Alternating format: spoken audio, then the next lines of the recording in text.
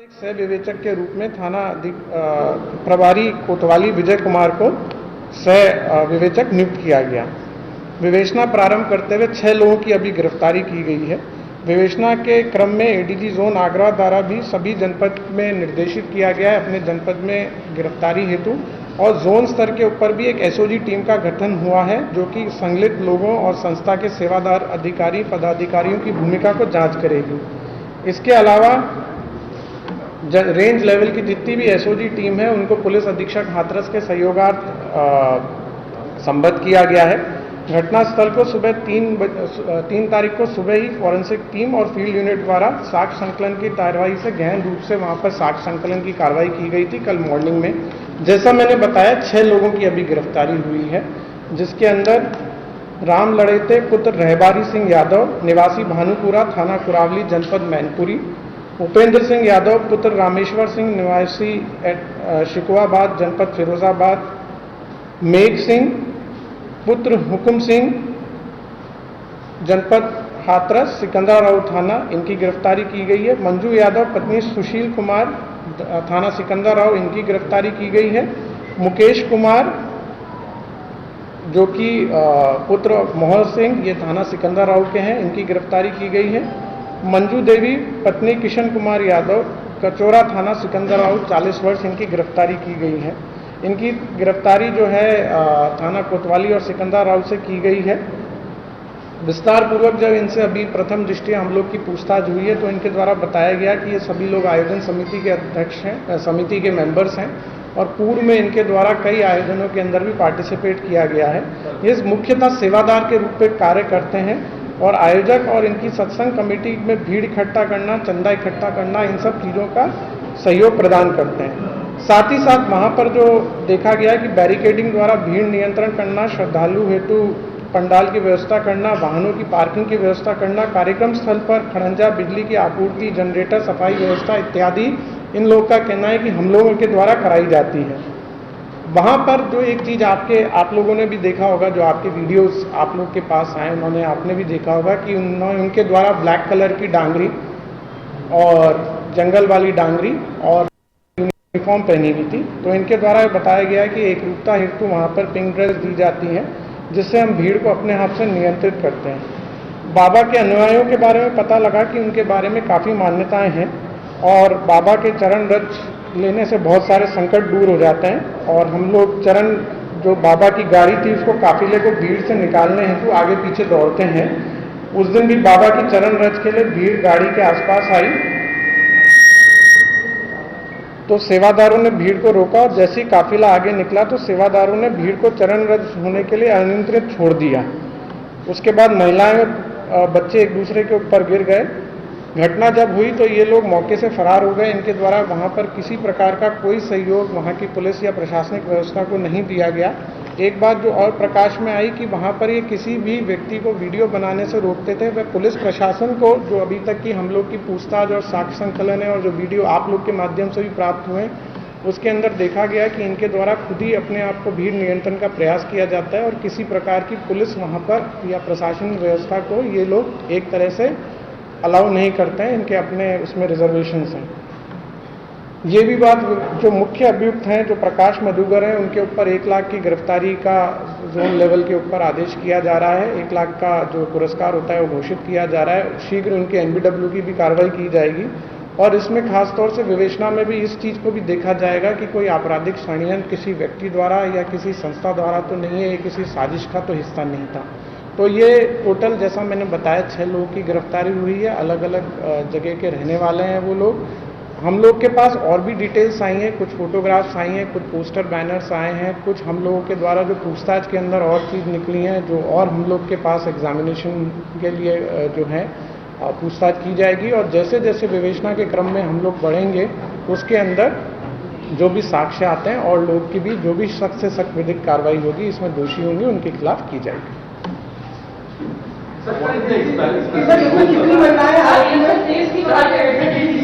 एक एक करके 10 महिलाएं, अभी 2 महिलाएं इसमें गिरफ्तार हुई हैं, 4 पुरुष हैं। सर ये महिलाएं सेवादार थी? ये सेवादार थी। ये बेसिकली एक आप अगर वहाँ पर आप वीडियो भी देखेंगे वहाँ पे, तो ये कंपोजिट रूप से वहाँ पे साथ में खड़े रहते हैं।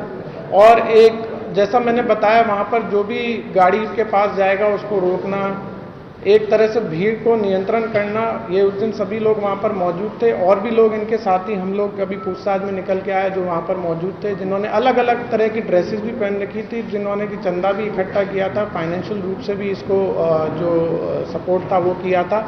और बेसिकली जब भगदड़ की सिचुएशन हुई तो ये सब जो भी आयोजन करता है मौके से भाग गए।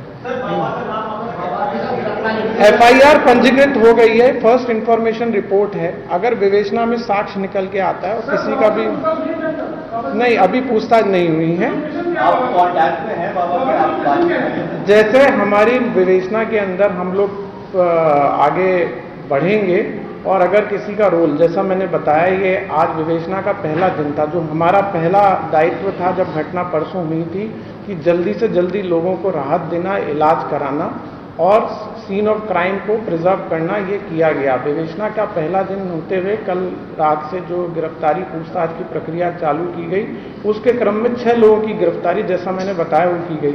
आगे किसकी गिरफ्तारी होगी नहीं होगी, it will depend upon the विवेचक and the facts that comes into the place कि क्या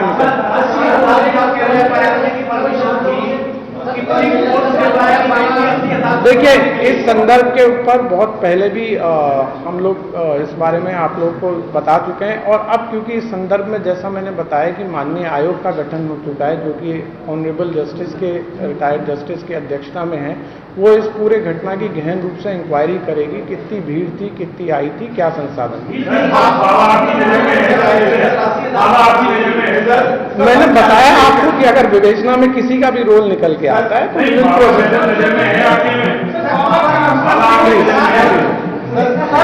ऐसे में किसी का भी जवाब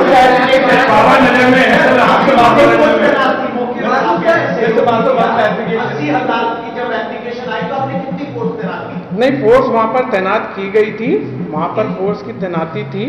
और इस संदर्भ के अंदर जैसा मैंने बताया, माननीय आयोग का गठन हो चुका है। वहाँ पे ट्रैफिक पुलिस भी तैनात थी, वहाँ पे फायर की पुलिस भी तैनात थी, वहाँ पे सिविल पुलिस भी तैनात थी, वहाँ पे PSC भी तैनात थी।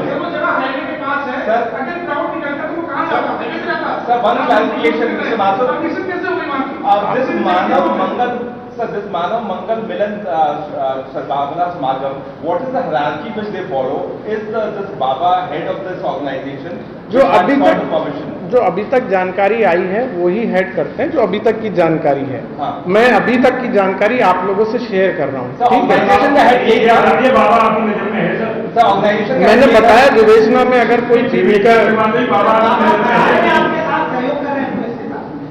अगर जरूरत पड़ेगी तो पूछताछ की जाएगी, आवश्यकता पड़ेगी, we will do in the course of investigation. It is too early to say और कमेंट कि जो है उनका रोल है कि नहीं है।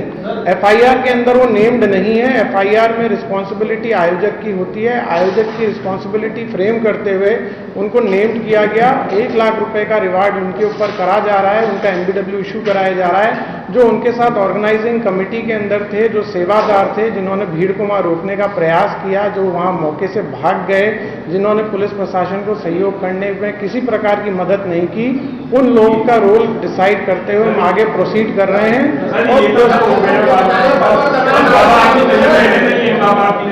मैं बता दिया आपको, investigation follow due process. Sir आपने कहा कि ये लोग की जिम्मेदारी थी क्राउड मैनेजमेंट की, सारे लोगों की, ये बाबा का ही सेवादार है, तो फिर सीधे सीधे तो बाबा की जिम्मेदारी बनी। ये बेसिकली ऑर्गेनाइजेशन कमेटी ने परमिशन ली थी।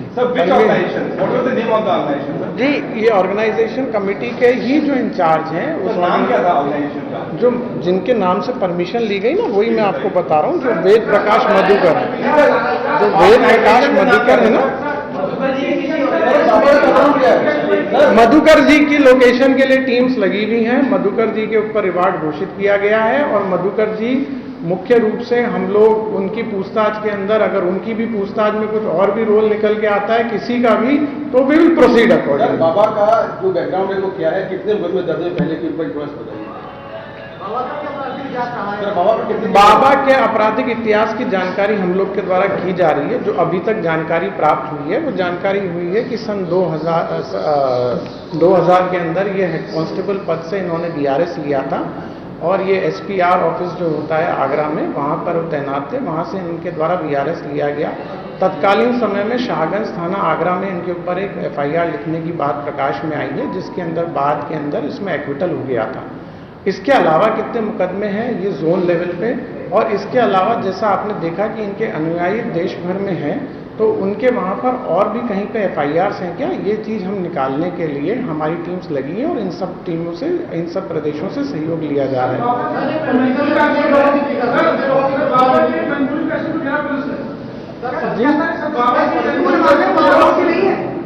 जी, मैंने तो बिल्कुल ये नहीं कहा कि कोई दोषी है नहीं है। मैंने कहा है कि investigation is under way. Investigation as we proceed, if some investigation provides evidences, मुख्य अभियुक्त की गिरफ्तारी के अंदर और भी चीज निकल के आती है तो वी विल प्रोसीड। आज जो है हम लोगों ने 6 लोगों की गिरफ्तारी की गई है, क्योंकि इस चीज को लेके अलग अलग भ्रामक सूचनाएं चल रही थी कि पुलिस गिरफ्तारी नहीं कर रही है या पुलिस की गिरफ्तारी की संख्या इतनी है या इतनी महिलाएं हैं।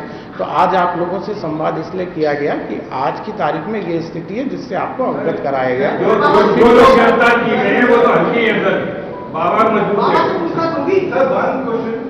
Was Baba head of the organization which sought permission for this event? Yes. Permission इनके नाम से नहीं ली गई, The ठीक है? परमिशन इनके नाम से नहीं ली गई, ठीक है? Thank you. This sir, is आप खुद ही कह रहे हैं कि इन लोग की जिम्मेदारी होती थी क्राउड मैनेजमेंट की, तो इन्हीं की जिम्मेदारी बाबा की। पुलिस की लापरवाही और प्रशासनिक व्यवस्था हेतु ही न्यायिक आयोग का गठन किया गया है, जो कि इस बारे में तस्दीक करेगा। आयोग शीघ्र यहाँ पर विजिट करने वाला है, नंबर 1। नंबर 2, उसकी जो मैंडेट है उसके अंदर ये भी SOP है कि भविष्य के अंदर इस तरह की घटनाएं ना हो, उसके लिए कैसे कदम उठाने हैं, क्या समुचित व्यवस्था करनी है। तो मैं ये आपसे कह ही नहीं रहा हूँ कि पुलिस की लापरवाही है या नहीं है। इस संदर्भ में माननीय आयोग जो भी रिपोर्ट सबमिट करेगा उसके